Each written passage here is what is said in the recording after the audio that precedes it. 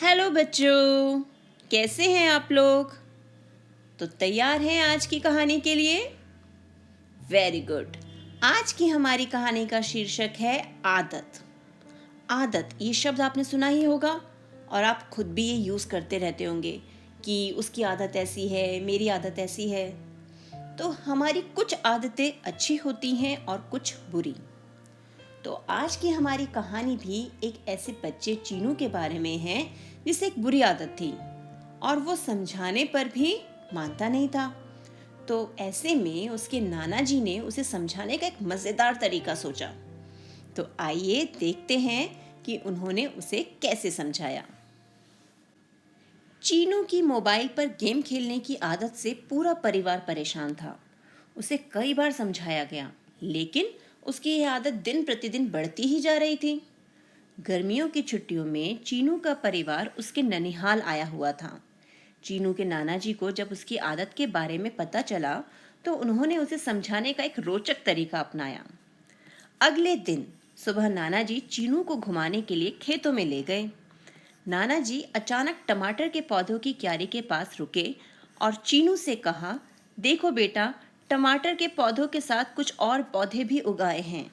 ये हमारे लिए आवश्यक नहीं है। ये टमाटर के पौधों को भी अच्छे से बढ़ने में रुकावट डालते हैं। क्या तुम इन्हें उखाड़ने में मदद कर सकते हो? तो अब चीनू को कौन सी बुरी आदत थी? शाबाश, मोबाइल पर गेम खेलने की। तो उसे कई बार घर के सब लोग समझाते भी थे, पर वो मानता ही नहीं था। उसकी आदत बढ़ती ही जा रही थी। तो जब गर्मी की छुट्टियों में चीनू अपने ननिहाल यानी नाना के घर आया, तो नाना जी ने उसे समझाने के लिए एक तरीका सोचा। वो उसे घुमाने के लिए खेतों में ले गए और खेतों में जो टमाटर के पौधों की क्यारी थी वहां पर रुक गए और कहा कि टमाटर के साथ कुछ पौधे ऐसे उग रहे हैं जो आवश्यक नहीं है। आपने देखा होगा ना, वैसे भी घर में गमलों में भी कुछ खरपतवार उगाती है, घास की तरह, इस तरह से।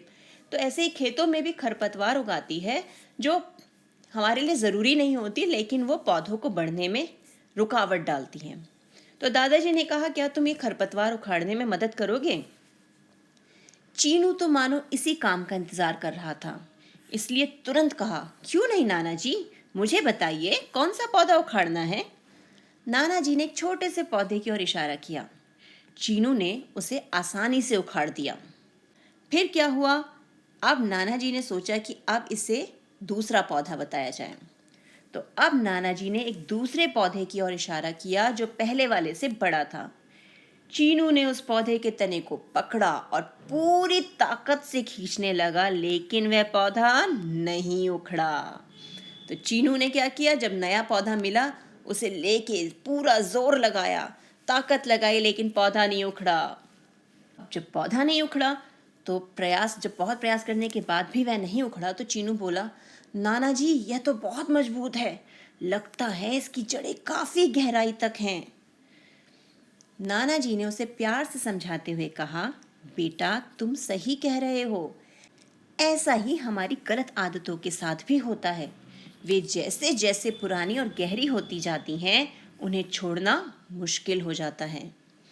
यह सुनकर चीनू मन ही मन अपनी आदत को लेकर सोचने लगा। तो अब जब उसे दूसरा पौधा उखाड़ा नहीं गया, उसने बहुत जोर लगाया लेकिन पौधा नहीं उखड़ा, तो उसने कहा कि नाना जी, इसकी तो जड़ें लगता है बहुत गहराई तक हैं, बहुत मजबूत हैं, इसलिए उखड़ नहीं रहा। तो यहाँ पर नाना जी ने उसे समझाया कि बेटा, यही तो हमारी आदतों के साथ भी होता है।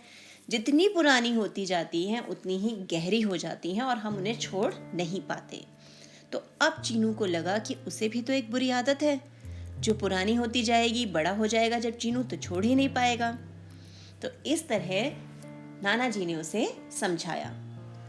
तो आज की कहानी में हमने क्या देखा?